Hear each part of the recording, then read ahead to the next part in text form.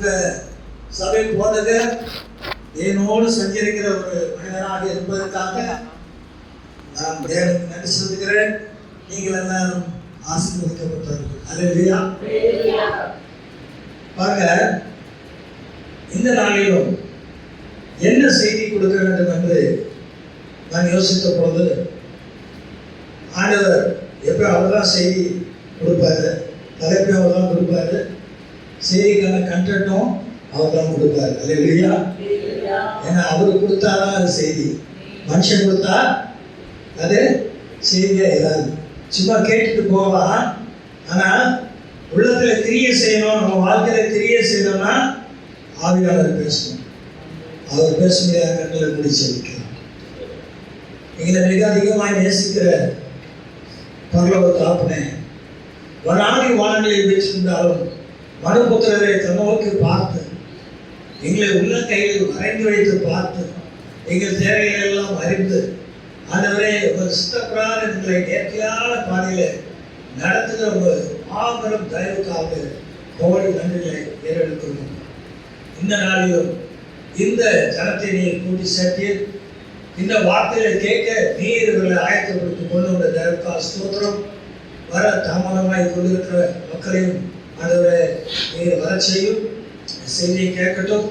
ஆண்டவரை கர்த்தாவே, இந்த செய்தியை கேட்கிற அனைவருக்குள்ளாகவும் நீர் கிரியை செய்து ஆண்டவரை நீர் விரும்புகிற காரியம் இவர்களை நடைபெற கிருபை பாராட்டுவதாக. கர்த்தாவே, என் வாயின் வார்த்தைகளும் எங்கள் இதயத்தின் தியானமும் உமது சமூகத்தில் பெருமையாக இருப்பதாக. நீ பேசும் ஆவியானவரை, நீ பேசும். கேட்க நாங்கள் அவனோடு காத்திருக்கிறோம். இயேசு நாமத்தில் இருப்பதாக. கர்த்தர் சீக்கிரம் வருகிறார். சொல்லுங்க சத்தமா. சீக்கிரம், ரொம்ப சீக்கிரம் வர இல்லையா சொல்லிட்டு போயிருக்காரு. அவர் மறிக்கிறதுக்கு முன்னாடி என்ன சொன்னாரு? 3ஆம் நாள் உயிரோடு எழுந்திருப்பாரு. 3ஆம் நாள் கரெக்டா இருந்துச்சாரா? ஒரு நாள் தள்ளி இருந்துச்சாரா? கரெக்டா 3ஆம் நாள் இருந்துச்சு. இப்ப என்ன சொல்லியிருக்காரு? சீக்கிரம் வரேன் அப்படின்னு சொன்னார். சொல்லுவாரா? சொல்லுவார். செய்வாரா? செய்வார். சரியா? சீக்கிரம் வருகிறேன்னு சொல்லியிருக்காரு. பாருங்க, மத்திய 24ஆம் அதிகாரம் மார்க் 1. நீங்க தயவுசெய்து குறிக்கிறது மட்டும்தான் குறிக்கணும். வசனம் பரட்டுறதுக்கு நேரம் இருக்காது. மன்னிச்சு கொள்ளுங்க. குறிச்சு மட்டும் வச்சுங்க. வசனம் பூரா நான் வாசிக்கிற இடத்துல வாசிக்கிறேன். நீங்க கவனிக்கிறதா ரொம்ப முக்கியம். குறிப்பிடுறது சரிங்களா? ஏன்னா நீங்க பரட்டுற நேரத்துக்குள்ள நான் அந்த வசனத்தை தாண்டி அந்த வசனம் போயிடுவேன். சரியா? மத்திய 24ஆம் அதிகாரம், மார்க் 13ஆம் அதிகாரம், லூக்கா 21ஆம் அதிகாரம். இந்த 3 அதிகாரத்தில் ஒரு விசேஷம் என்ன இருக்குன்னா, இந்த 3லையும் வரையக்கான அடையாளங்கள் சொல்லப்பட்டிருக்கு. என்ன சொல்லப்பட்டிருக்கு? வரைக்கு முன்னால என்ன நடக்க போகுது அப்படின்னு ஆண்டவர் சொல்லி வச்சிருக்காரு. 2000 வருஷமா இதே தான் இருக்கு. இப்ப என்ன வித்தியாசம் அப்படின்னா, 2000 வருஷத்துக்கு முன்னால சொன்னது உண்மைதான். ஆனா இன்னைக்கு இந்த காரியங்கள் மிக அதிக அளவில் நடக்குது. வேக வேகமா நடக்குது. அழிவுகள் ஏராளமா வந்துட்டு போகுதுன்னா ஒரே நேரத்தில் பல இடங்கள்ல வருது. அது அளவு இதுவரைக்கும் இல்லாத அளவுக்கு மேல பூமி அதிர்ச்சியும் சேதங்கள் வருது இல்லையா? கொள்ளை நோய் வருது. கொள்ளை நோய் கொரோனாக்கு முன்னால முழு உலகம் பாதிக்கப்பட்ட ஒரு நோய் பார்த்துருக்கோமா? கிடையாது. ஏதாவது ஒரு நோய் இருக்கும், ஒரு கொள்ளை நோய் இருக்கும், ஒரு பறவை காய்ச்சல் அதுன்னு சொல்லுவாங்க. அது ஒரு குறிப்பிட்ட ஏரியா கொண்டுதான் இருக்கும் இல்லையா? அப்போ ஒரு மாநிலத்திலேயே கூட குறிப்பிட்ட ஊருக்கு தான் இருக்கும், புல் மாநிலம் கூட இருக்காது. இப்போ புல் நாடு இல்லை, உலக நாடு முழுக்கும் கதவை பூட்டிட்டு உள்ள உட்காந்துட்டான் கொரோனா. ஸோ என்ன சொல்ல வரேன்னா, இன்னைக்கு கொள்ளை நோய் இல்லையா? அது கொள்ளை நோய் எத்தனையோ லட்சம் பேர் வச்சுட்டாங்க. கணக்கு கொடுத்ததே லட்சக்கணக்கில் இருக்கு, கணக்கு மறைச்சது இன்னும் பல லட்சம் இருக்கு. ஆக வருகை ரொம்ப ரொம்ப சீக்கிரம். அப்போ கர்த்தருடைய வருகையில நாம் எடுத்துக்கொள்ளப்படணும். எல்லாரும் வாஞ்சியா இருக்கணும் இல்லையா? யார் யார் வாஞ்சியா இருக்கீங்கன்னு சொல்லுங்க. கரங்களை உயர்த்தாமல் வாஞ்சி தெரியுதோ? எல்லாருக்கும் வாஞ்சி இருக்கு. அப்போ பரலோகத்துல அவர் இருக்கிற இடத்துல அவரோடு கூட நித்திய காலமா நம்ம இருக்க போறோமா? எவ்வளவு பெரிய ஸ்லாக்கியம் பாருங்க. நித்திய காலமா அவரோட இருக்க போறோம். பரிசுத்த வேதாகமத்துல நம்மளுடைய வாழ்க்கை நெறிமுறைகள், ஒழுக்கங்கள் என்ன, எது கற்பனை கட்டளை இதெல்லாம் கீழ்ப்படியணும் அப்படின்ற காரியம்லாம் ஆண்டவர் வெளியே கொடுத்திருக்கிறார். சரிங்களா? இந்த வேதத்தின்படி, இந்த கட்டளையின்படி, கற்பனையின்படி, ஒழுங்கின்படி நடக்க வேண்டியது ரொம்ப அவசியம். ஆனா அதே நேரத்தில் நம்ம வாசிக்கிறோம் பாருங்க, திரும்ப திரும்ப வேதத்தை வாசிக்கிறோம். சில பகுதிகள் சில வார்த்தைகள், வசனங்கள் நம்ம படிப்போம், ஆனால் அதனுடைய கருத்தை பெருசாக உள் வாங்கிக்கிறது கிடையாது. படிச்சுட்டு கடந்து போயிடுறோம். அப்படி ஒரு வார்த்தை தான் இன்னைக்கு நம்ம செய்தியில கேட்க போறோம். அல்லேலூயா. அதை கொண்டு தான் ஆவியானவர் பேச போறார். படிச்சிருக்கோம், ஆனால் இவ்வளவு ஆழமா நான் யோசிச்சது இல்லைன்னு நீங்க எல்லாரும் யோசிக்க போறீங்க. ஏன்னா நான் இத்தனை வரை படிச்சிருக்கேன், வேதத்தை திரும்ப திரும்ப ஆசிருக்கேன். எனக்கே இந்த ஒரு வரியில, இந்த ஒரு வசனத்துல இவ்வளவு காரியம் இருக்கா அப்படின்னு நான் ஆச்சரியப்பட்டு போனேன். நீங்களே ஆச்சரியப்பட போறீங்க. தரங்களை வச்சு அவங்க தட்டி உற்சாகம் கேட்டாங்க. செய்தி சரிங்களா? மத்திய 18:3 மட்டும் வாசிங்க. சீக்கிரம் வாசிங்க. நீங்கள் மனம் திரும்பி பிள்ளைகளை போல் ஆகாவிட்டால் பரலோக ராஜ்யத்தில் பிரவேசிக்க மாட்டீர்கள் என்று மெய்யாகவே உங்களை சொல்லுகிறேன். யார் சொல்றா? ஏசப்பா சொல்றார். பரலோக ராஜ்யம் யார மாதிரி ஆயிருமா? யார மாதிரி? சத்தமா சொல்லுங்க. பிள்ளைகளை போல ஆகுமா? சரியா? இப்போ எத்தனை பேர் நம்ம வாழ்க்கையில் யோசிச்சிருக்கோம், உலகத்துல எவ்வளவு பாடல்கள் இருக்கு, பிரச்சனைகள் இருக்கு, சின்ன பிள்ளையாவே இருந்தா நல்லா இருக்கணும். யாராவது யோசிச்சு என் கையில் பார்ப்போம். எல்லாரும் சின்ன பிள்ளையாவே இருந்தா நல்லா இருக்கும். அப்பா அம்மாட்ட கொஞ்சிக்கிட்டு விளையாடிட்டு சந்தோஷமா கவலையே இல்லாம, பிரச்சனையே இல்லாம, பாடு இல்லாம இருந்திருக்கலாமே. இப்ப திருப்பி நம்ம போக முடியாது. ஆனா மனசு மாற்றிக்கிறது, நான் சின்ன பிள்ளையா இருந்தா நல்லா இருக்குன்னு சொல்லி. சரியா? இங்க பாத்தீங்கன்னா கர்த்தர் என்ன சொல்றாங்க வசனத்துல, மனம் திரும்புங்கள், ஏன்னா பிள்ளைகளை போகணும் மறந்துங்கிறார். இந்த மனம் திரும்புங்கள், பரலோக ராஜ்யம் சமீபமா இருக்கிறதுன்னு யோவான் ஸ்நானன் அந்த வார்த்தையை சொல்லிதான் ஊழியத்தை ஆரம்பிச்சாரு. ஏசப்பாவும் அதே வார்த்தையை சொல்லிதான் ஊழியத்தை ஆரம்பிச்சாரு. மனம் திரும்புங்கள், பரலோக ராஜ்யம் சமீபமா இருக்குது. நாம பாருங்க, பொதுவா சின்ன பிள்ளை என்ன நினைக்கிறோம், அவங்க பாவம் இல்லாதவங்க இல்லைங்களா? சின்ன பிள்ளைன்னா பாவம் இல்லாதவங்க நினைக்கிறோம். ஆனால் வயது ஏற ஏற உலக பழக்க வழக்கங்கள், பாவ பழக்க வழக்கங்கள் நமக்குள்ள வந்துடுது. சின்ன பிள்ளையாக இருந்துட்டா பாவம் இல்லை இல்லையா? சரி, நான் மனம் திரும்பி பிள்ளைகளை போல ஆகணும்னா 2 காரியம் நடக்கணும். ஒன்று, நம்ம பாவ பழக்க வழக்கங்கள் நம்ம விடுபடணும். அல்லேலூயா, அல்லேலூயா. 2வது, குழந்தைகள என்ன குணாதிசயங்கள் இருக்கோ அது நம்மகிட்ட உருவாகும். அல்லேலூயா. நம்ம பாவ பழக்கத்தை விடுபடணும். குழந்தைகிட்ட உள்ள குணாதிசயங்கள் சொல்லுங்க, நம்ம அது மாதிரி பண்ணணும். சரியா? பாவ பழக்க வழக்கத்தை விடுபடுறதுக்கு நம்ம என்ன செய்யணும்னு சொல்லி எல்லாமே இங்க ஏற்று செட்டு இதுல இருக்கு. அல்லேலூயா, எல்லாமே இதுல இருக்கு. ஸோ இதை கடைபிடிச்சோம்னா பாவத்திலிருந்து வெளியே வரலாம். அதோடு கூட தேவனோட அவருடைய வாக்குகளோட நம்ம தொடர்பில் இருக்கும்போது பாவ பழக்கத்திலிருந்து நம்ம வெளியே வர முடியும். ஆமெனா? ஆமென். தேவனோடையும் தேவனுடைய வார்த்தையோடு நீங்க இருந்துகிட்டே இருந்தீங்கன்னா பாவ பழக்கத்திலிருந்து விடுபட முடியும். அது நம்மகிட்ட உள்ள பாவத்தை புறமே தள்ளி விடும். அது வெளியா. அதே போல நம்ம ஜெபிக்கும் போது அந்நிய பாஷையில் பேசும்போது, கர்த்தர் ஒரு வரம் கொடுத்திருக்காங்களே அந்நிய பாஷைன்னு ஒரு வரம், அதோட அதில் பேசும்போது நாம் தேவனோட பேசுகிறோம். நாம் ஜெபிக்கும் போது தேவனோட பேசுகிறோம், அந்நிய பாஷையில் பேசும்போது தேவனோட பேசுகிறோம். அந்நிய பாஷையில் பேசும்போது நமக்கு பக்தி விருத்தியும் உண்டாகும், தேவனோட பேசும்போது அது உண்டாகும். சரியா? அதே மாதிரி பரிசுத்த வேதத்தை வாசிக்கும் போது, அதை தியானிக்கும் போது கர்த்தர் நம்மோடு பேசுகிறார். அல்லேலூயா. நீங்க தேவனோட ஜெபிக்கும் போதும் அந்நிய பாஷை பேசும் போதும் நீங்க தேவனோட உறவாடுறீங்க. வேதத்தை வாசிக்கும் போது, வசனத்தை தியானிக்கும் போது கர்த்தர் உங்களோடு வசனத்தின் மூலமா பேசுகிறார். கரங்களை உற்சாகமா தட்டி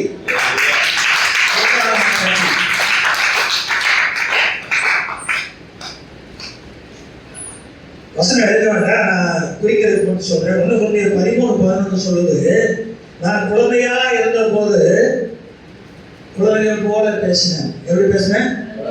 குழந்தையை போல பேசினேன், குழந்தையை போல சிந்தித்தேன், குழந்தையை போல யோசித்தேன். குழந்தையா இருந்தால் அப்படிதான் செய்ய முடியும். நான் புருஷனான போதோ வளர்ந்து விட்ட போதோ குழந்தை கேட்டவரை ஒழித்து விட்டேன். குழந்தை கேட்டவரை ஒழித்து விட்டேன். உண்மைதானே? உண்மைதானே? சில காரியங்கள்ல அது சிலதான். குழந்தைய போல நம்ம இன்னும் அடம் பிடிச்சிக்கிட்டு அழுதுகிட்டு இருக்க முடியுமா? வளர்ந்ததுக்கு அப்புறம் இருக்க முடியாது, இருக்கக்கூடாது. என்ன பாப்பா சொல்றேன்? சரிதானா? ரைட். நம்ம வளர்ந்துட்டோம், படிச்சுட்டோம், நிறைய அனுபவம் ஆயிடுச்சு. ஆனால் நம்ம என்ன நினைக்கிறோம்? குழந்தைக்கு ஒன்றும் தெரியாது, நம்ம தான் கற்றுக் கொடுக்கணும் அப்படின்னு நினைக்கிறோமா இல்லையா? கற்றுக் கொடுக்குற உண்மைதான், நம்ம தான் கற்றுக் கொடுக்குறோம் குழந்தைக்கு, இல்லைன்னு சொல்லுது. ஆனால் வேதம் என்ன சொல்லுது?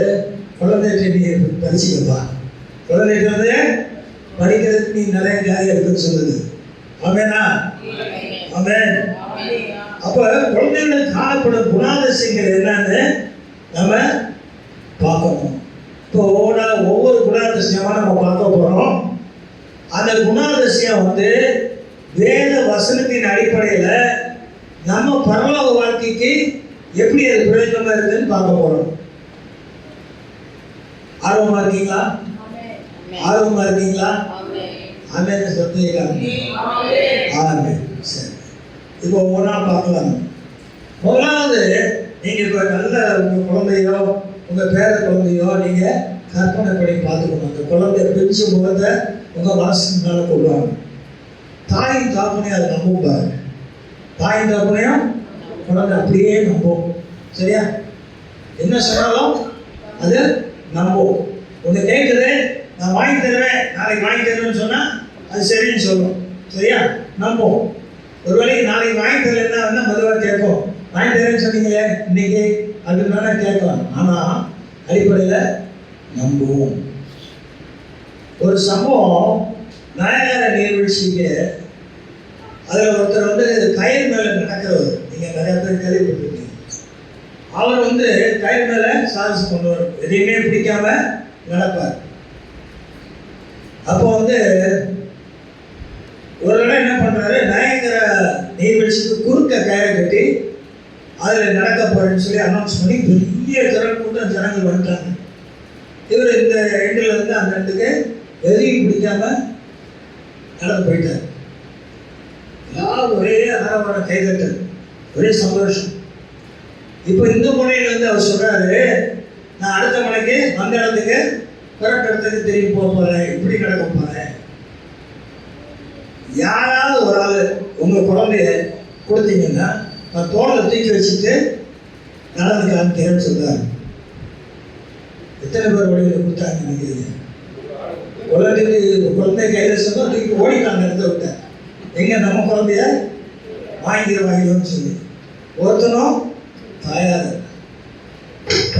யாருமே தயார் இல்லை. இன்னும் யாருமே இல்லையா? ஒரு குழந்தை கூட இல்லையான்னு ஒரு பையன் நான் இருக்கிறேன், ஒரு பையன் கைவிட்டு நான் வந்து நல்லா நான் பேச முடியும். நம்ம அடிக்கல தம்பி, நல்லா கைதட்டுங்க. சரியா? அப்போ உங்களை உற்சாகப்படுத்துறதுக்காக சொல்றேன். சரியா? அப்போ அவன் வந்து சரி வந்தா, இவர் வந்து தம்பி வரியாடா, வரேன் தோலை தூக்கி வச்சாரு. அப்படியே நடந்தார். முதல்ல தனியாக நடந்தாரு, செடியாக நடந்தாரு. இப்போ தோலை சொல்ல இருக்கு. இவன் ஒரு சின்ன பையன், கொஞ்சம் அங்கேயும் அசைகிறான். இவருக்கு பேலன்ஸு ஸ்கிப் ஆகுது, கால் தடுமாறுது, கூட்டம் அழகுது. ஐயோ விழுந்துடுறா. இவர் மட்டும் இல்லை, பையன் விழுந்துருவாங்க அப்படின்னு சொல்லி. ஆனால் வந்து சேர்ந்துட்டார். அல்லேலூயா. பத்திரம் வந்து சேர்ந்து பையனை இறக்கி விட்டார். எல்லாரும் ஓடி வந்து அந்த ஐயா வந்து சாகசம் பண்ணவரை பார்த்து கேட்பாங்க இல்லையா? ஆனால் கூட்டம் எங்கே ஓடிச்சுன்னா பையன் ஓடிச்சு. பையன் ஓடி போய், ஏண்டா தம்பி நீ என்ன பயமே இல்லாம அவர் கூட்டம் வந்து தோல்ல ஏறிட்ட பத்திரமா வந்துட்டேன் கட்டிக்காரன்டா, உங்க பயமே இல்லையா? இல்லை அப்படின்னா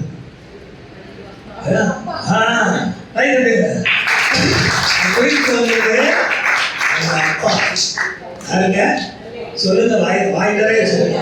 எங்க அப்பா, எல்லாரும் சொல்லலாம். எங்க அப்பா ஏசப்பா. உங்களுக்கு ஒரு அப்பா இருக்காரு, அவர் பேரு ஏசப்பா. அவர் தூக்குறாரு. அந்த பையன் அப்படி சொன்னான். அதான் ஏசாயா 46:3 போடுவோம். நீங்க பைபிளை யாரும் போடட்டோம்னா வசனம் போடட்டும். அதை பாருங்க. தாயின் வயிற்றில் தோன்றினது முதல் உங்களை ஏந்தி, அம்மா கூட ஜெபிக்கும் போது அந்த வார்த்தை சொன்னாங்க. தாயின் கர்ப்பத்தில் உற்பத்தியானது முதல் உங்களை தாங்கினேன். எங்கிறது? உற்பத்தியிலிருந்தே தாங்குறாரு. உங்கள் முதிர் வயது வரைக்கும் நான் அப்படி செய்வேன், நிறைய வயது மட்டும் உங்களை தாங்குவேன். நிறைய வயது ஆயிடுச்சு, நான் இப்போ பயப்பட வேண்டாம், விட்டுருவாரோன்னு இப்பயும் தாங்குவார். நான் அப்படி செய்து வந்தேன். அப்ப செய்து வந்தேன், இனிமேலும் நான் ஏந்துவேன், சுமப்பேன். உன் இக்கட்டில் நான் உன்னை தப்பு வைப்பேன். கரங்களை உற்சாகமா தட்டி. அப்ப உண்மை என்னை ஏற்றுவதற்கு ஒரு சாப்பிட இருக்கிறார் பாருங்க. அதனால இந்த பையன் வந்து அப்பான்றதுனால பயம் காமெடியில் உட்காந்து வந்தான். பெற்றோர்கள் பிள்ளைகளை ஏமாத்துற எங்கேயா பார்த்துருக்கீங்களா? சின்ன பிள்ளைகளை பெற்றோரை ஏமாற்ற மாட்டாங்க. சரியா? அடிப்படையிலே ஏமாற்று, புத்தூரில் ஏமாற்றுவார்களே பிள்ளையோ. ஆனால் பொதுவாக பெற்றோர்கள் பிள்ளைகளை ஏமாற்றுவது இல்லை. சரியா? அப்போ லூக்கா 11:13 போடுமா? அது என்ன சொல்லுது? பொல்லாதவர்களாகிய நீங்கள் உங்கள் பிள்ளைகளுக்கு நல்ல ஈவுகளை கொடுக்க அறிந்திருக்கும். நீங்க அறிஞ்சிருக்கீங்கல்ல, நல்ல ஈவு கொடுக்கணும், என் பிள்ளை கேட்குது நான் கொடுக்கணும் அறிஞ்சிருக்கீங்களே. அப்ப நீங்க அறிஞ்சிருக்கும் போது பரமபிதாவானவர் தமிழத்தை வேண்டிக் கொள்வதற்கு பரிசுத்த ஆவி மாத்திரம் இல்லை, எல்லாவற்றையும் கொடுக்க அதிக நிச்சயம். பரிசுத்தாவை கொடுப்பது நிச்சயம். நீங்கள் நாமத்தினாலே நீங்கள் எதை கேட்டாலும் நான் அதை செய்வேன்னு சொன்ன ஆண்டவர் மற்ற காரியங்களும் கொடுப்பார். அல்லேலூயா. அப்போ பிள்ளை எப்படி தாப்பனை நம்புதோ அது மாதிரி கர்த்தருடைய பிள்ளைகளால் நாம யார் நம்பணும்? ஏசப்பாவை நம்பணும். நீதிமொழிகள் 16:20. நீதிமொழிகள் 16:20. கர்த்தரை நம்புகிறவன் பாக்கியவான். கர்த்தரை நம்புறவன் யாரா? பாக்கியவான். அப்போ நீங்க கர்த்தரை நம்பினா நீங்க பாக்கியவான்கள். அல்லேலூயா. ரெண்டாவது காரியம், அது பெற்றோர் கீழ்ப்படி இருப்பாருங்க. பிள்ளைங்க நான் சொல்றது சின்ன பிள்ளைக்கு போயிருங்க, சரிங்களா? அது கீழ்ப்படியும். வயசு ஏற அது நான் சொல்ல வேண்டாம், சரியா? அப்போ வயசு சின்ன பிள்ளைங்க பெற்றோருக்கு கீழ்ப்படியும். உட்காரும், எந்திரினா எந்திரிக்கும். விவரமானதுக்கு அப்புறமா எந்திரினா ஏன் எந்திரிக்க சொல்ல வேண்டியிருக்கும், சரியா? அதை விட்டுருவோம். இப்போ பிள்ளைங்க கீழ்ப்படியுது. அப்போ நம்ம யார் கீழ்ப்படியணும்? கர்த்தருக்கு, அவருடைய கற்பனைகளுக்கு கட்டளைக்கு நம்ம கீழ்ப்படியணும். கொலோசியர் 3:20 சொல்லுது, பிள்ளைகளே உங்கள் பெற்றோருக்கு எல்லா காரியத்திலையும் கீழ்ப்படியுங்கள். இது கர்த்தருக்கு பிரியமானது. எதுக்கு பிரியமானதுங்க? கர்த்தருக்கு பிரியமானது. எது பிரியமானது? கீழ்ப்படிதல். மொத்தமாவே கீழ்ப்படிதல். கீழ்ப்படிதலே கர்த்தருக்கு ரொம்ப பிரியம். ஆறாம் ஏவாட்டு என்ன எதிர்பார்த்தாருங்க? கீழ்ப்படுதல். அது கீழ்ப்படியாத என்னாச்சு? பாவம் தான். அது அடிப்படையே அதுதான். கீழ்ப்படியலைன்னா அது பாவம். அப்போ கர்த்தருக்கு பிரியமான காரியத்தை நம்ம செய்யணும்னா கர்த்தருடைய வார்த்தைக்கு நாம் கீழ்ப்படிந்து நடக்க வேண்டும். வேதாகமத்துல ஒரு அதிகாரத்துல நிறைய 14 வசனங்கள்ல 3 இருந்து 12 வசனங்கள்ல ஆசீர்வாதமா சொல்லப்பட்டிருக்கும். என்ன அதிகாரம்? உபாகமம் 28 இல்லைங்களா?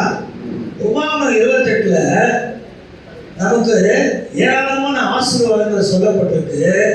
அதுக்கு ஒரு கண்டிஷன் வசனம் 2ல இருக்கு. உபாகமம் 28:2, நீ தேவனாய கர்த்தரின் சத்தத்துக்கு செவி கொடுக்கும் போது, அவர் வார்த்தைக்கு கீழ்ப்படியும் போது இப்பொழுது சொல்லப்படும் ஆசீர்வாதங்கள் எல்லாம் உண்மையில படிக்கும். அல்லேலூயா. ஒரு நல்ல ஒரு கையெழுத்து கொடுக்கணும். சபை நடத்திட்டு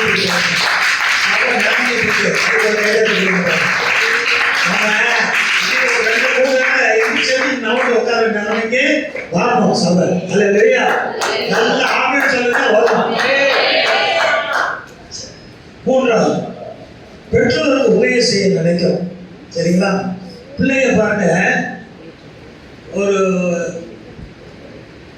குழந்தை பொம்பளை பேர் வச்சுக்கோங்க, கிச்சனில் போய் அம்மா வேலை செய்யும்போது போய் கிச்சனில் போய் நிற்கிது. அது சும்மா நிற்கணும்னு நினைக்கிறீங்களா? குழந்தை நிற்க சும்மா இருந்து பார்த்துருக்கீங்களா? வயசானவங்க தான் டயர்டாயிடுது இல்லை மனுஷன். குழந்தை சுறுசுறுன்னு இருக்கும். பாப்பா ஓடாத உட்காருனா உட்காராது. அம்மா கிச்சனில் இருக்கும்போது அதுக்கு ஏதாவது ஒரு தட்டை எடுத்து கொடுக்கலாமா, டம்ளர் எடுத்து கொடுக்கலாமா? செய்வா செய்யாதா? ஒரு அப்பா ஒரு ஷூ போடுறாருன்னா ஒரு சாக்ஸ் எடுத்து கொடுக்கும். போடுங்க பாருங்க இல்லையா? அப்போ ஏதாவது உதவி செய்யணும்னு அது நினைக்குது. ஆனா வயசு ஆக ஆக என்ன ஆகுதுன்னா, நாயே செய்யணும். அப்ப என்ன ஆகுதுன்னா, பிள்ளைங்க வளர வளர பெற்றோரை அசைக்கப்பட்ட நிலைமைக்கு இந்த பிரபஞ்சத்தின் மக்கள் போயிட்டு இருக்காங்க. நம்ம பிள்ளைங்க அப்படி போலாமா? போகக்கூடாது. நம்ம பிள்ளைங்க போச்சுன்னா பொறுப்பு யாருங்க? பொறுப்பு பெற்றோர். நல்ல சத்தமா சொல்லுங்க. கைதட்டுங்க. பெற்றோரா பொறுப்பு. பிள்ளை மேல பழி போட கூடாது. பிள்ளை நீங்க சொல்றதை கேட்கும். கடிச்சு வளர்க்கணும் அந்த பாயிண்ட். அப்போ பிள்ளை மேல பழி போட்டுட்டு நான் சொல்றேன் செய்ய மாட்டேங்கிறான், அது பாயிண்டே கிடையாது. அதை பேச படக்கூடாத ஒரு காரியம். நீங்க உங்களுடைய அத்தாரிட்டிய அங்க பிரயோகிக்கல, நீங்க கட்டுப்பாடு பண்ணல. கர்த்தர் கேள்வி கேட்டா பிள்ளைய கேட்பாரா உங்களை கேட்பாரா? உங்களை தான் கேட்பார், பெரியவங்களை தான் கேட்பார். ஆக பிள்ளைகளை வளர்க்குறது ரொம்ப நம்ம கவனமா இருக்கணும். இப்போ நீதிமொழிகள் 23:22 சொல்லுது, ஒரு தாய் வயது சென்றவள் ஆகும்போது அவளை அசட்டை பண்ணாது. ஏன் தாயை சொல்லியிருக்குன்னா, தாய்கிட்ட தான் பிள்ளைங்க ரொம்ப செல்லும் இல்லையா? தாயை ஈஸியாக பேசிடுவாங்க. தாய்கிட்ட கொஞ்சம் பயம் இருக்கிறதுனால அசட்டை பண்ணணும்னாலும் கொஞ்சம் யோசிப்பாங்க. ஆனால் தாயின்னு சொன்னால் ஈஸியாக கிளைய உட்காது தாய் பிரசாத் சொல்லிடுவாங்க. அதான் தாயை அசட்டை பண்ணாதுன்னு சொல்லியிருக்கு. பாருங்க, இன்னைக்கு ஓல்டேஜ் ஹோம்லாம் ஜாஸ்தி ஆயிடுச்சுங்க. முதியோர் இல்லம் ஜாஸ்தி ஆயிடுச்சு. முதியோர் இல்லம் ஜாஸ்தியான காரணம் என்னன்னா, பிள்ளைகள் அங்கே பெற்றோரை அசட்டை பண்ணுறாங்க. காரணம் 1000 இருக்கலாம். இவங்களுக்கும் உங்களை வளர்க்கும் போது 1000 காரணம் இருக்கும். இவங்க உங்களை அசட்டை பண்ணாங்களா? பெற்றோர் அசட்டை பண்ண ஊனமான குழந்தைய கூட அவங்க என் குழந்தை தூக்கி எக்ஸ்ட்ரா கேர் கொடுத்து பார்ப்பாங்க. அதுதான் காரண தாயும். ஆனால் பிள்ளை அப்படி இல்லை. பிள்ளை என்ன செய்யுது? இவங்களால பிரயோஜனம் இல்லை. முந்தி சம்பாதிச்சாங்க, இப்போ சம்பந்தம் இல்லை. நீங்க நல்லா வேலை செஞ்சாங்க, இப்ப வேலை செய்யல, பாரமா இருக்கிறாங்கன்னு நினைக்கிற ஆட்கள்லாம் இருக்கிறாங்க. சரியா? அப்போ வசனம் என்ன சொல்லுதுன்னா, வயது சென்றவங்களை அசட்டை பண்ணக்கூடாது. இதெல்லாம் பிள்ளைகளை குணம் நம்மகிட்ட வரணுன்றதுக்காக ஒன்றும் சொல்லிட்டு இருக்கேன். நீங்கள் அதை கணக்கில் வச்சுக்கிட்டே வரணும். இதெல்லாம் நம்மகிட்ட இந்த குணாதிசயங்கள்லாம் வரணும். வேதத்தின் அடிப்படையில் வசனத்தையும் சொல்லி நான் சொல்லுவேன். சரியா? ஒரு முதியோர் இல்லத்தில் ஒரு தாழ்மை கொண்டு போய் ஒரு பையன் கொண்டு போய் விடுறான். சரிங்களா? கொண்டாட்டி நச்சரிப்பு தாங்க முடியல. உங்கள் அப்பா இதுக்கு இங்கே ரிட்டையர் ஆகிட்டார், வீட்டில் உட்காந்து பாரமாக இருக்கார், கொண்டு போய் முதியோர் இல்லத்தில் விட்டுருவோம், அவரை பார்க்க நமக்கு முடியல அப்படின்னு சொல்லி. அப்போ கொண்டு போய் விட்டாச்சு. அந்த மேனேஜர் அட்மிஷன் போட்டார். அப்போ இந்த பையன் அப்பா நீங்கள் இருங்க பேசிட்டு இருங்க, நான் போய் காரில் லக்கேஜ் எடுத்து கொடுத்துட்றேன் அப்படின்னு சொல்லிட்டு லக்கேஜ் எடுக்க போயிட்டு வரும்போது உள்ள இப்போ வாட்ச் பண்ணுறான். அந்த மேனேஜரும் அவங்க அப்பாவும் நல்லா ரொம்ப கலகலாக பேசிகிட்டு இருக்காரு, முன்னாள் பழக்கம் மாதிரி அப்படின்னு சொல்லிட்டு சரிட்டு அட்மிஷன் போட்டு அவரை வச்சுட்டு கிளம்பலான்னு. சரிப்பா நீங்கள் பார்த்துங்க, அப்பப்போ பார்த்துக்கிட்டு பையன் கிளம்புறான். அப்போ மேனேஜர் கூப்பிட்டு தனியாக கேட்டான், சார் எங்கள் அப்பா உங்களுக்கு முதலே தெரியுமா? ஏன்பா கேட்குறேன்? இல்லை, நான் வரும்போது நீங்கள் ரொம்ப நாள் பழகிற மாதிரி பேசிகிட்டு இருந்தீங்க. அவங்களுக்கு தெரியுப்பா, ஒரு 25 வருஷத்துக்கு முன்னால் இந்த ஹோமில் தான் இப்போ முதியோர்கள் இருக்க அந்த சின்ன பிள்ளைய வச்சு பார்த்தோம். அப்போ ஒரு அனாதை பையனை அவர் எடுத்துகிட்டு போனார், எனக்கு பிள்ளை இல்லைன்னு சொல்லி. அந்த பையன் வேற யாரும் இல்லை, அது நீ நான் சொல்கிறேன்.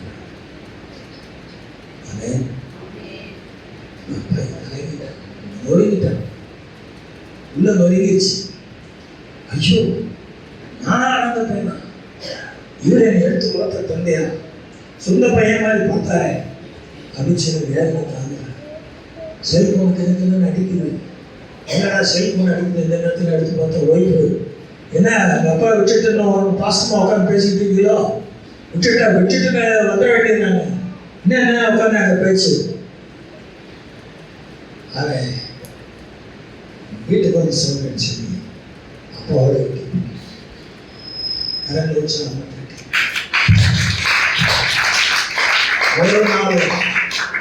ஒரு நாள் பெற்றவங்களை அசட்டை பண்ணிடுறாங்க.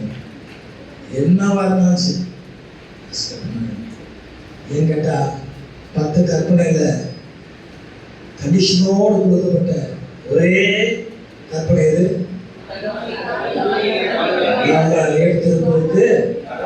மற்றெல்லாம் இப்படி செய்யாத, அப்படி செய்யாத, கலவாத, கொலை செய்யாத, விவசாயம் செய்யாத, அப்படி டைரக்டாக இது ஒன்று மட்டும். காப்பும் தாயும் தனம் பண்ணத்தான் வாழ்நாள் நீடித்திருக்கும். வாழ்நாள் நீடித்திருக்குன்னா நீ நல்லா வாழலன்னு அர்த்தம். நீண்ட ஆயுள் மட்டும் இல்லை, நல்லாவும் வாழ்வது. சரியா? அடுத்த அப்படி குழந்தை நடக்க ஆசைப்படுது பாருங்க. நடக்க ஆசைப்படுதா குழந்தை? முதல்ல நல்லாக்கப்படுத்திருக்கணும். அப்புறம் மெதுவாக ஒன்றுமே செய்ய போங்க.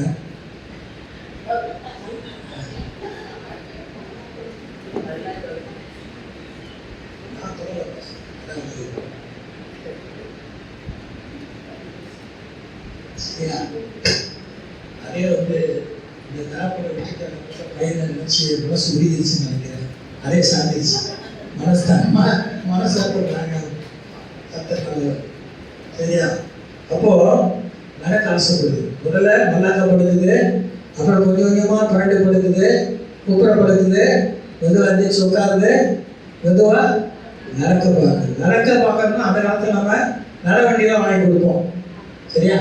நடவண்டி வாங்கி கொடுப்போம். அப்படியே கொஞ்சம் கொஞ்சமாக ஸ்டெப் வைக்கும். அப்புறம் வேகமாக நடவண்டியை தள்ளிட்டு ஓடுற மாதிரி பழகிடும். அது இல்லையா? இப்போ குழந்தை நடக்க பழகிற மாதிரி நம்மளும் நடக்க பழகலான்ற விரும்புகிறார். எப்படி? நம்ம நீதி பாதையில் நடக்கணும்னு நினைக்கிறார். அவர் காட்டுற வழியில் நடக்கணும்னு நினைக்கிறார். சங்கீதம் 32:8 நான் உனக்கு போதித்து நீ நடக்க வேண்டிய வழியை உனக்கு காட்டுவேன். நான் என்ன வழி காட்டணும் அதுல நீ நட. அது இல்லையா? 6:16 வழியில் நின்று பூர்வ பாதைகள் எதென்று கேட்டு விசாரிக்கணும். நல்ல வழி எங்கே என்று பார்த்து போறீங்க. ஒரு பாதை ஒத்தடி பாதை, அது லெஃப்ட்ல ரைட்லயும் ஒரு இடத்துல பிரியுது. அப்ப லெஃப்ட்ல போகணுமா ரைட்ல போகணும்னா நீங்க சுதாரிக்கணும், நிதானிக்கணும். ஒண்ணு வந்து ஊருக்குள்ள கொண்டு போற பாதையா இருக்கும், இன்னொன்னு காட்டுக்குள்ள கொண்டு போற பாதையா இருக்கும். அப்ப நிதானித்து அறிந்து நல்ல வழி என்று எதுன்னு பார்த்து நீங்க நடக்கணும். அப்ப உங்க பாதைக்கு கொஞ்சம் வெளிச்சமும் இருக்கணும். சங்கீதம் 119, 105 உங்களுடைய வசனம் பாதைக்கு வெளிச்சம். காலைக்கு தீபம் கொஞ்சம் தூரத்துக்கு தான் வெளிச்சம் காமிக்கும். 2 ஸ்டெப் வைக்கிறது தான் வெளிச்சம் காமிக்கும். நீங்க நடக்க அதுக்கு முன்னால போயிட்டே இருக்கும். அது இல்லையா? அப்ப தொடர்ந்து உங்களுக்கு வெளிச்சம் இருந்துட்டு முதல்ல நடக்க ஆரம்பிக்கணும். பாதைக்கு வெளிச்சமா இருக்கிறது கர்த்தருடைய வார்த்தை. ஸோ கர்த்தருடைய வார்த்தையில நம்ம நடக்கணும்னு ஆண்டவர் விரும்புகிறார். 5வது காரியம், பேச விரும்புகிறார். குழந்தை பேச ஆசைப்படும். அது இந்த மழலை பேச்சு பேசும்போது ஊன்னு ஆரம்பிக்க பாருங்க. அப்புறம் விட்டாச்சுன்னா நமக்கு மேலே அது பேசும். சரியா? அது பேச ஆரம்பிக்கும், பேச விரும்பும். அது பேச ஆரம்பிச்சிச்சுன்னா சில ரீல்ஸ் இப்போ சோஷியல் மீடியாவில் போடுவாங்க. அம்மா கூட வாக்குவாதம்லாம் பண்ணோம், அப்படியே சண்டை போடும், பேசும். அது பேசிக்கிட்டே இருக்கணும். அதுக்கு அப்போ கர்த்தர் நம்ம பேசணும்னு நினைக்கிறாரு. என்ன பேசணும்னு நினைக்கிறாரு? கர்த்தர் செய்த நன்மைகளை நம்ம மற்றவங்களை சாட்சியாக சொல்லணும், பேசணும்.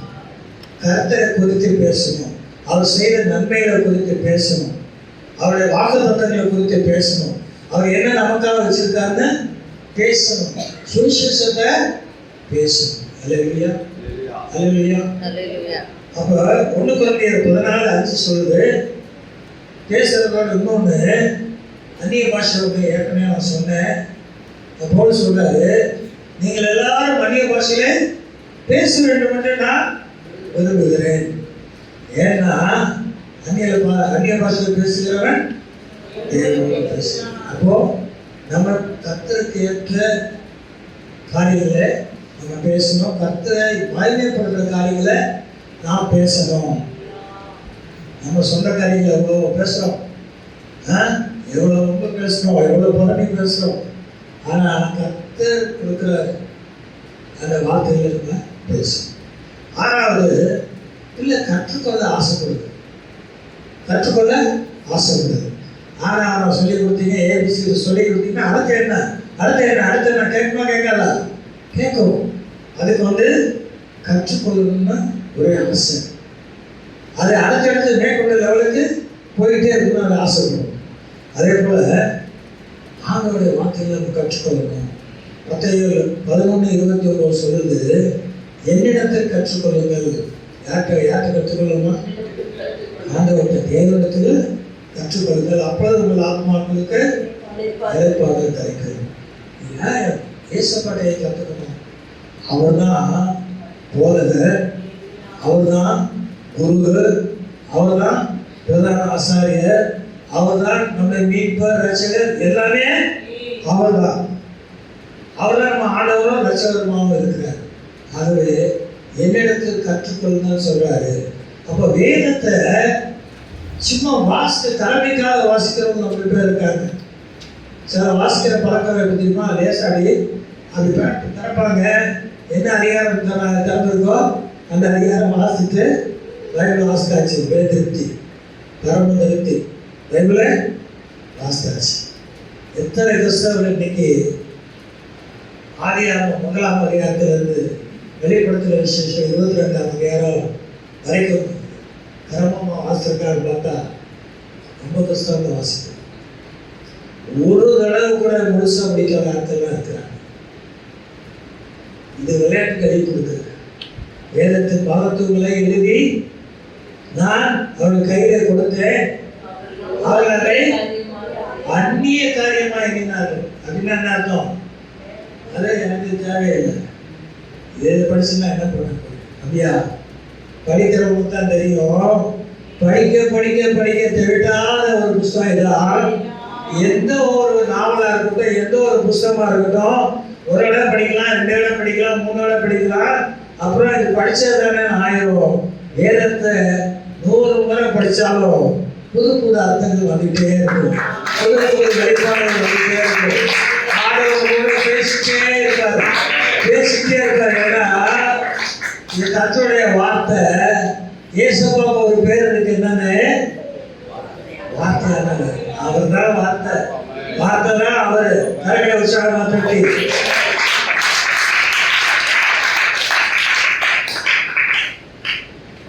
2 தீமோத்தேயு 3:14 2 தீமோத்தேயு 3:14 வேத வாக்கியங்கள் எல்லாம் தேவ ஆவியினால் அருளப்பட்டிருக்கிறது. தேவனுடைய மனுஷன் தேறினவனாகவும் எந்த நற்கிரியும் செய்ய தகுதியுள்ளவனாய் இருக்கும்படியாக அதை உபதேசத்துக்கும், கடிந்து கொள்ளுதலுக்கும், சீர்திருத்தலுக்கும், நீதியை படிப்பிக்குதலுக்கும் பிரயோஜனம் உள்ளவர். எல்லாமே இருப்பார்கள். உங்களுக்கு உபதேசம் கிடைக்குது, உங்களை கண்டிக்கிறாங்க, வசனம் கண்டிக்குது, சீர்திருத்தது, நீதியை நான் சொல்லி தருவது, உங்களுக்கு எல்லா வகையிலும் பிரயோஜனம் உள்ளதாக இருக்கிறது.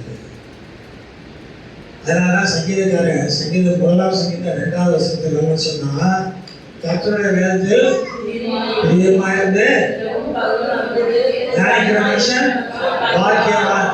நீங்களும் நானும் பாக்கியமா இருக்கணுமா இருக்கணுமா? அப்ப இதெல்லாம் போல வாசிக்கணும். கரெக்ட் வச்சாலும் தட்டி 8வது காரியம், எதற்கு கவலைப்படுவது? சரிங்களா? இல்லை எதுக்கு உட்காந்து கவலைப்படுறது பார்த்துருக்கீங்களா? கவலைப்படுறதே இல்லை. கவலைப்படுறதுனால உங்களை எவன் தன் சரீர அளவில் ஒரு குலத்தை கூட்டுவாங்க சொல்லியிருக்கிறாரு இல்லையா? ஒரு ஐயா வந்து அவங்க வயிற்றில் எப்பயும் கவலைப்படுவாங்க, ஏதாவது கொடுத்து கவலைப்படுவாங்க. இவர் போய் கேட்குவார், என்னம்மா கவலைன்னு கேட்பாரு. நம்ம கவலை சொல்லுவாங்க, ஒரு ஆதரவு சொல்லிட்டு போவார். தினம் கவலைப்படுவாங்க. ஒரு நாள் வழக்கம் போல கவலைப்பட்டு உட்காந்துருக்காரு. இவர் போய் கேட்குறாரு, ஏம்மா இன்னைக்கு என்னம்மா கவலை அப்படின்னு. என்ன பதில் வந்துச்சுன்னு நினைக்கிறீங்க? என்ன பதில் வந்துச்சு? இன்னைக்கு என்ன கவலை இருந்தது? இல்லை, ஏதாவது கவலைப்படுறதுக்கு ஏதாவது இருக்கும். இன்னைக்கு ஒன்றுமே காணும். ஆனால் யோசிச்சுட்டு இருக்கேன் என்னடா அப்படின்னு. எப்படி இருக்கும்? எவ்வளோ இருக்கும்? அப்போ கவலைப்பட்டு பழகி போச்சு. ஆனால் கர்த்தர் மேலே பாரத்தை வச்சிங்கன்னா நீங்கள் கவலைப்பட மாட்டீங்க. பிலிப்பியர் 4:6 சொல்லுது, நீங்கள் ஒன்றுக்கும் கவலைப்படாமல் எல்லாவற்றையும் பொறுத்து விண்ணப்பங்களை வேண்டுதலையும் ஸ்தோத்திரத்தோடு கூடிய வேண்டுதலால் தேவனை தெரியப்படுத்துங்க.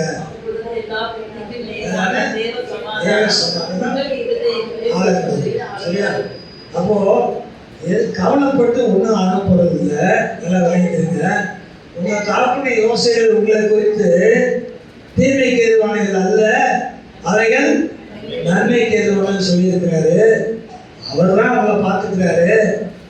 இன்னொரு வசனம் சொல்லுது, 1 பேதுரு 5:7, அவர் உங்களை விசாரிக்கிறவர் ஆனபடியால் அந்த கவலையெல்லாம் அவர் மேல வைத்து விடுங்க. நீங்க அவர் மேல வச்சிருங்க கவலையை. நீங்க ஏன் கவலைப்படுறீங்க? சரிங்களா? அப்ப கவலைப்படாது. அடுத்தது 9, அது தீயதை செய்ய தெரியாது. கவனிங்க, இங்க கவனிங்க, தீயதை செய்ய தெரியாது. நீதிமொழிகள் 3:29 சொல்லுது, உன் அயலானுக்கு விரோதமாக தீங்கு நினையாதே. அல்லேலூயா, அல்லேலூயா. தீங்கு நம்ம செஞ்சிருந்தோம்னா அந்த தீங்குக்கு நம்ம மனஸ்தாபப்பட்டு ஆண்டவர்கிட்ட மன்னிப்பு வாங்கி அந்த தீங்கை சரி செஞ்சிடணும். தீங்கை சரி செஞ்சிடணும். 1 பேதுரு 3:9 சொல்லுது, தீமைக்கு தீமையை சரி கட்டாமல் அதற்கு பதிலாக நீங்கள் ஆசீர்வாதத்தை சுதந்திரத்துக் கொள்ள அழைக்கப்பட்டுள்ள என்று அறிந்து அவர்களை ஆசீர்வதிக்கணும். நம்ம எதுக்கு அழைக்கப்பட்டிருக்கோம்?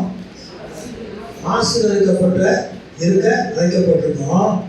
நீங்கள் ஆசீர்வாதத்தை பெற்றவங்க நீங்கள் என்ன செய்யணும்? மற்றவங்களை ஆசீர்வதிக்கணும். தீமைக்கு தீமை நம்ம செய்யக்கூடாது. 10வது காரியம், சிரித்த முகமாக இருக்கு பாருங்க பிள்ளைங்க சிரிப்பு பார்த்துக்கிட்டே இருக்கலாம். பழைய அந்த ரீல்ஸில் போடுவாங்க, ஒரு 4-5 பிள்ளைகளோட சிரிப்பு, பக்க வாய் சிரிப்பு, அந்த வாய் சிரிப்பு, கணக்கில் பிள்ளை விடுறது அதெல்லாம் பார்த்துட்டே இருக்கலாம். பிள்ளைங்க அப்படி ஒரு சிரிப்பு. ஆனால் நம்ம சிரிச்சமாக இருக்கணும், நாம் துக்க முகமாய் காணப்படுகிறோம். ரசிகர் உங்களுக்கு அவர் தன்னுடைய குமாரன் அனுப்பிச்சு, ரசிகர் அனுப்பிச்சு உங்களை மீட்டு, அவர் ரத்தம் சிந்தி உங்களை மீட்டு எடுத்திருக்கிறாரு, நம்ம மீட்டு எடுத்திருக்கிறாரு. பரலோகத்தில் நமக்காக வாசத்தில் ஆயத்தம் பண்ணிட்டு இருக்காரு. வந்து கூட்டு போகிறாரு, அவரோட நித்திய தளமாக வச்சிருக்க போறாரு. இந்த உலகத்துக்குள்ள உபத்திரவம்லாம் லேசான உபத்திரம், இது கடந்து போகக்கூடியது. ஆனால் இதில் ஃபோக்கஸ் பண்ணி நம்ம என்ன செய்கிறோம்? துக்கமுகமாக காணப்படுகிறோம். பிள்ளைகிட்ட உள்ள சிச்சமுகம் நம்மகிட்ட இல்லை. ஏசப்பா ஏற்றுக்கொண்டது பூரா சிச்சமுகமாகவே இருக்கும். அது இல்லையா? சொல்ல போதா செய்யலாம்ல. கர்த்தர் ஆசீர்வதிப்பார். பிலிப்பியர் 4:4 சொல்லுது, கர்த்தருக்குள் எப்பொழுதும் சந்தோஷமா இருக்கிறது.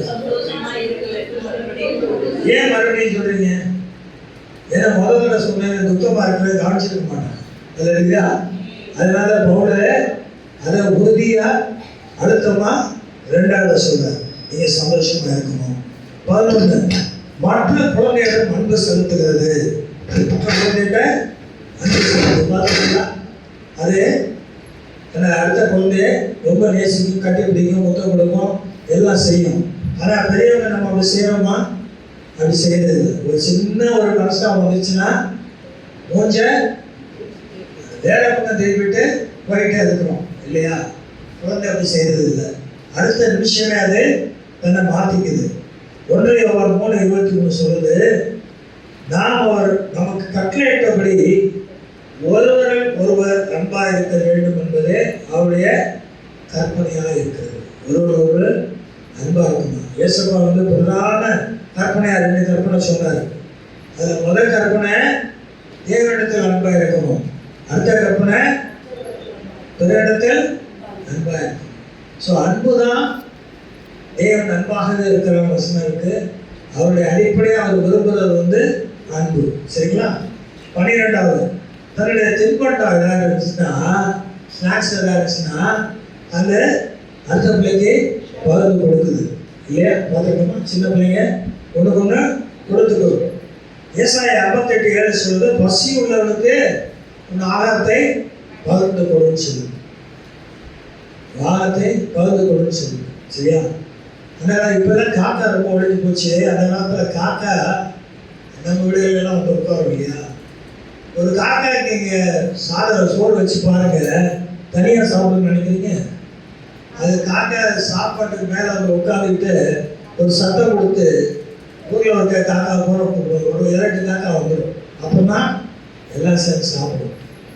நம்ம அப்படி எவ்வளோ பகிர்ந்து சாப்பிட முடியுமோ அப்படி சாப்பிடுவோம். 3 நாளைக்கு முன்னால் எஸ்எஸ் காலேஜ் பக்கம் வந்துட்டு இருந்தேன். ஒரு வயசான தாத்தா, அவர் என்னையான்னு கேட்டேன், ஐயா வயிறு நிறையா நல்ல ஒரு சாப்பாடு சாப்பிடணும்னு ஆசையாக இருக்குது அப்படின்னு. எனக்கு முழு சாப்பாடு சாப்பிட்டு நாட்கள் ஆச்சு, வருஷங்கள் ஆச்சுன்னு அப்படின்னு சொன்னார். அவர் கையில் பணம் கொடுத்து அந்த சாப்பாட்டு தேவையான பணம் கொடுத்தோம்னா ஒரே சந்தோஷம். இல்லை நம்மளாம் 3 வேளை நல்லா சாப்பிட்றோம். அதனால் பசியாக இருக்கக்கூடிய தேவை என்னன்றது நம்ம ஜாஸ்தி உணர்வது. அதனால் கர்த்தர் பசியுள்ளவருக்கு ஆகாரத்தை பகிர்ந்து கொடுத்து சொல்கிறார். இதெல்லாம் நம்ம பரலோக ராஜ்யத்துக்கு தகுதிப்படுத்துகிற காரியம். 13வது, மனத்தாழ்மையாக நடக்குது. மத்தேயு 18:4 சொல்லுது, இந்த பிள்ளையை போல தன்னை தாழ்த்துகிறவன் எவனோ அவனே பரலோக ராஜ்யத்தில் பெரியவனே. பிள்ளைகிட்ட மேட்டிமை, ஈகோ இதெல்லாம் கிடையாது பாருங்க. ஆனால் பெரியவனானா நம்ம அந்த மாதிரி இருக்கிறோம். 1 பேர் 5:5 சொல்லுது, நீங்கள் எல்லாரும் மனத்தாழ்மையை அணிந்து கொள்ளுங்கள். பொறாமை உள்ளவர்களுக்கோ தேவனை எதிர்த்து நிற்கிறார், தாழ்மை உள்ளவனுக்கோ கிருபை இருக்கிறார். ஸோ நம்ம தாழ்மையாக இருந்தோம்னா கர்த்தருடைய கிருபையை நாம் பெற்றுக்கொள்ளலாம். அடுத்தது 14, பிள்ளை சுலபமாக மன்னிக்குது, மறந்துடுது. பிள்ளை என்ன செய்யுது? அது ரெண்டு சண்டை போடுங்க பாருங்க, அடுத்த நிமிஷம் திருப்பி சமரசமாகி கூடி வரணும். ஆனால் நம்ம அப்படி இருக்கிறோமா? இருக்கிறது இல்லை. முக்கியமான வசனம் நீங்கள் நோட் பண்ண வேண்டியது மத்தேயு 6:14-15. மனுஷனுடைய தப்பிதங்களை நீங்கள் அவர்களுக்கு மன்னித்தால் உங்கள் பரமபிதா உங்களுக்கு மன்னிப்பார்.